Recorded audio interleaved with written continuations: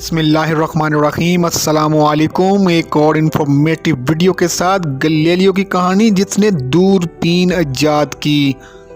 Venus Italy का एक बहुत खूबसूरत शहर है। वहाँ एक दिन एक आदमी समंदर के किनारे एक छोटी सी नल के लिए खड़ा था। सैकड़ों आदमी इसके चारों तरफ जमा थे। हर आदमी बारी बारी नलकी लेता और इसे आंख पर लगाकर समंदर की तरफ देखता। ये नलकी दुनिया की पहली दूरबीन थी। इसकी मदद से इंसान कई मील दूर की चीज़ों को देख सकता था। ये दूरबीन गैलीलियो ने तैयार की थी। गैलीलियो 550 बरस पहले 15 फरवरी 1564 15 फरवरी 1564 के रोज़ इटली के शहर पेसा में पैदा हुआ। इसका पूरा नाम गैलीलियो गैलीली था। गैलीलियो का बाप एक आलिम आदमी था। वो चाहता था कि गैलीलियो बड़ा होकर डॉक्टर बने। इसने गैलीलियो को एक कॉलेज में दाखिल करा दिया जहां डॉक्टरी की तालीम दी जाती थी। गैलीलियो बहुत समझदार और होशियार लड़का था। जब वो किसी चीज़ को देखता तो फ़ौरन ये सोचता ये चीज़ कहाँ से आई, कैसे बनी, इससे क्या काम लिया जा सकता है। जब तक गैलीलियो को अपने सवाल का जवाब न मिल जाता वो चैन से नहीं बैठता था। एक रोज़ गैलीलियो गिरजे में बैठा हुआ था कि सामने छत से एक लैंप लटका हुआ था। जब हवा जोर से चली तो लैंप झूलता हुआ दूर तक चला जाता और जब हवा कम हो जाती तो थोड़ी दूर जाकर वापस आ जाता। गैलीलियो लैंप की इस हरकत को बड़े गौर से देखता रहा और एक साइंसी असूल मालूम किया। इसे पेंडुलम का असूल कहते हैं। आपने दीवार से लगी हुई पुरानी घड़ियों में पेंडुलम देखा होगा। पेंडुलम घड़ी के नीचे हिस्से में लटका हुआ होता है। जब घड़ी चलती है तो एक तरफ से दूसरी तरफ हिलता रहता है। ये पेंडुलम गैलीलियो ही की इजाद है। पेंडुलम वाली घड़ी गैलीलियो की रहनुमाई में इसके बेटे ने तैयार की थी। इस वाक़े से आप अंदाज़ा लगा सकते हैं कि गैलीलियो किस तरह अपने इर्द गिर्द की हर चीज़ पर गौर करता था। गैलीलियो के उस्ताद इससे बहुत खुश थे, लेकिन इन्हें यह देखकर सख्त मायूसी हुई कि गैलीलियो की ज़रूरत से ज़्यादा ज़हीन होता जा रहा है।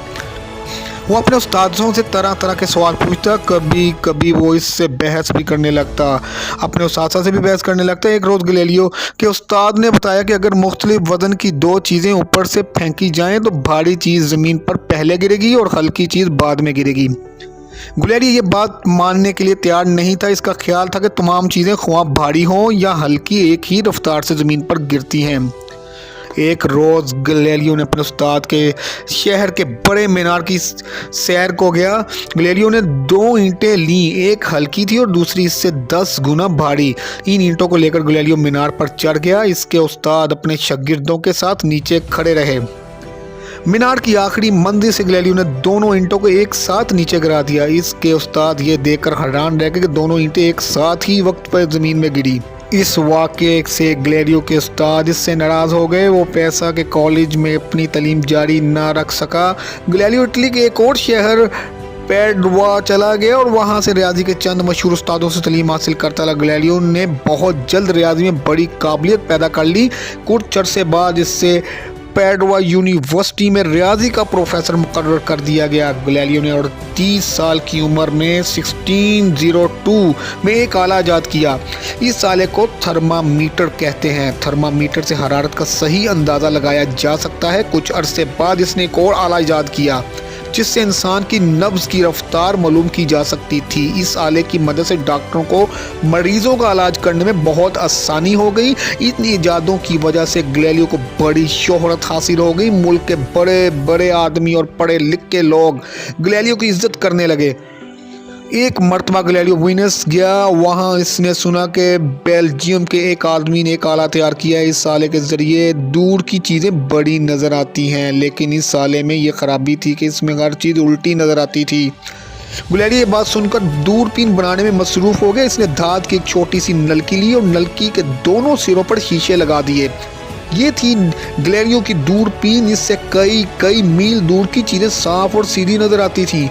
गैलीलियो ने वीनस के बड़े बड़े लोगों और प्रोफेसर को ये दूरबीन दिखाई। ये लोग समंदर के किनारे खड़े हो गए। समंदर में बहुत दूर चंद जहाज़ आ रहे थे।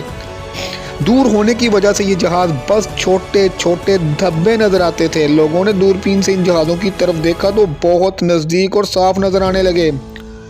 इतने साफ जहाज़ के और पर वहाँ खड़े हुए मुल्क भी साफ दिखाई दे रहे थे और दूरबीन की जांच से गैलीलियो की शोहरत बहुत बढ़ गई।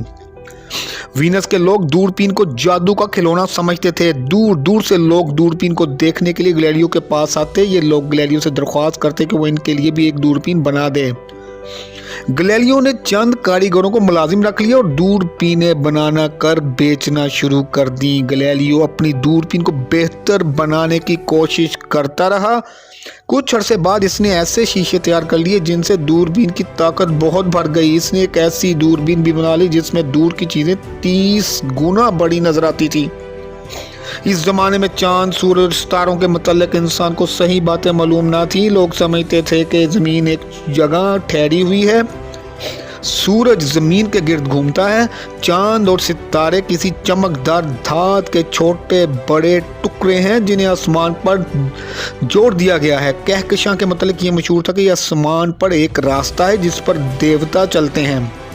गैलीलियो अपनी ताकत और दूरबीन से सूरज, चांद और सितारों को देखता रहता था। इसने लोगों को बताया कि चांद ज़मीन के गिर्द घूमता है और ज़मीन सूरज के गिर्द घूमती है और इस सारी कायनात का मरकज़ सूरज है।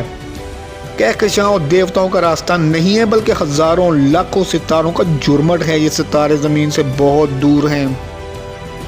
चांद, सूरज और सितारों के मतलब इस ज़माने के पादरियों और प्रोफेसरों ने जो बातें मशहूर कर रखी थी, गैलीलियो ने इन सबको गलत साबित कर दिया। गैलीलियो की इन बातों से पादरी इसके दुश्मन हो गए। पादरियों की मुखालफत की वजह से गैलीलियो वीनस छोड़कर एक छोटे से शहर फ्लोरेंस में अपनी बेटी के पास चला गया। गैलीलियो अब बूढ़ा हो चुका था। इसकी बेटी अपने बाप की बहुत खिदमत करती थी। वो इसके खाने पीने का ख्याल रखती और ज़रूरत की हर चीज़ फ़ौरन इंतज़ाम करके देती। गैलीलियो इत्मीनान से के साथ सितारों के मतलब अपनी तहकीकात में मसरूफ़ हो गया। दूर दूर से नौजवान तालिब इल्म गैलीलियो के पास तालीम हासिल करने के लिए आने लगे। पादरियों को जब ये मालूम हुआ कि गैलीलियो के ख्यालात तेजी से फैल रहे हैं, उन्होंने गैलीलियो पर यह इल्ज़ाम लगा दिया कि वो अपने मज़हब से भटक गया है, वो बाइबल की तालीमात को झुटलाता है और दूसरे लोगों को गुमराह कर रहा है। ईसाई क्योंकि मजहबी रहनुमा पोप ने गैलीलियो को रोम बुलाया। वहाँ मजहबी अदालत में गैलीलियो पर बेदीनी का मुकदमा चलाया गया। अदालत ने गैलीलियो को हुक्म दिया कि वो अपनी बातों को दूसरों को ना सिखाया करे। ख़ास तौर पर यह बात हरगिज़ मुंह से ना निकाले कि ज़मीन सूरज के गिर्द घूमती है। रोम से वापस आने के लिए गैलीलियो पर तहकीकात में मसरूफ़ हो गया। इसने एक नया आला तैयार कर लिया। आले को खुर्दबीन कहते हैं। ये आला दूरबीन ही के असूल पर बनाई गई थी। इसके ज़रिए नज़दीक की छोटी छोटी चीज़ें बहुत बड़ी नज़र आती थीं। इसके शीशे इतने ताकतवर थे कि आदमी का बाल जब इन शीशियों से देखा जाता तो वो एक मोटी रस्सी के बराबर नज़र आता था। इस दूरबीन के जरिए बाद में मशहूर साइंसदानों ने बीमारियों के जरासीम का पता चलाया और इंसान के खून में इन नन्हे नन्हे ज़रात को देखना और बीमारी के जरासीमों का मुकाबला करते हैं। खुर्दबीन की इजाज़त से साइंसदानों ने बहुत सी बीमारियों को दूर करने वाली दवाएं ईजाद की। गैलीलियो ने कुछ अरसे बाद एक किताब लिखी। इस किताब में इसने चांद, सूरज, सितारों और ज़मीन के मुतालिक अपने ख्यालात को दलाइल के साथ बयान किया और बताया कि इस कायनात का मरकज़ सूरज है और तमाम छोटे बड़े सियारे सूरज के गिर्द घूमते हैं। रोम की मजहबी अदालत गैलीलियो को पहले ही हुक्म दे चुकी थी कि वो अपने ख्यालात को दूसरों तक ना फैलाए। पोप को जब ये मालूम होगा गैलीलियो ने ये सारी बातें किताब में लिख दी हैं तो इसने गैलीलियो को फिर रोम तलब कर लिया।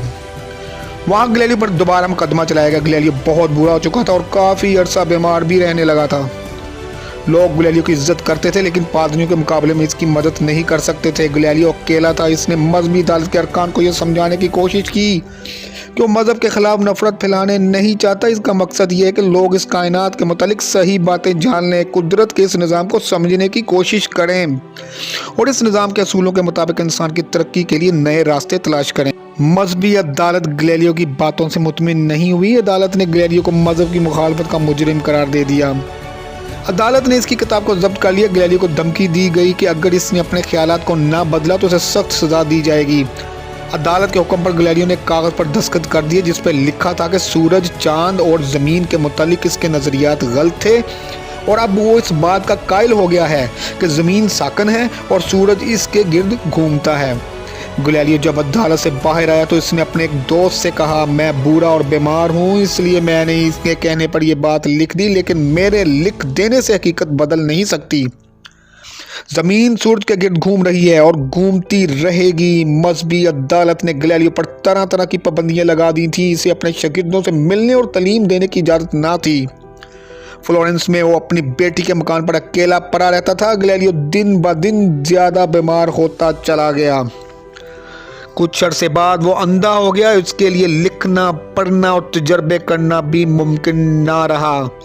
गैलीलियो 77 साल 77 ईयर की उम्र में 8 जनवरी 1642 के रोज इस दुनिया से रुखसत हो गया। गैलीलियो की मौत के बाद दूसरे साइंसदानों ने इसके नज़रियात पर गौर किया और इसके नतीजे पर पहुंचे। गैलीलियो ठीक कहता था। गैलीलियो की बनाई हुई दूरबीन और खुर्दबीन में साइंसदानों ने बहुत सी इस्लाहें की।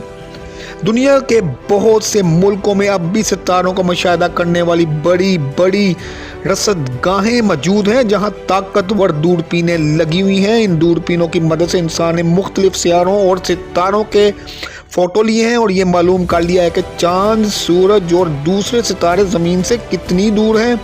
इन्हें दूरबीनों की मदद से साइंसदानों ने खला में परवाज़ करने के मुतालिक तरह तरह की मालूमात इकट्ठी की हैं। इन मालूमात की बदौलत इंसान ने चांद को तस्खीर किया और साइंस इतनी बुलंदियों तक पहुंची।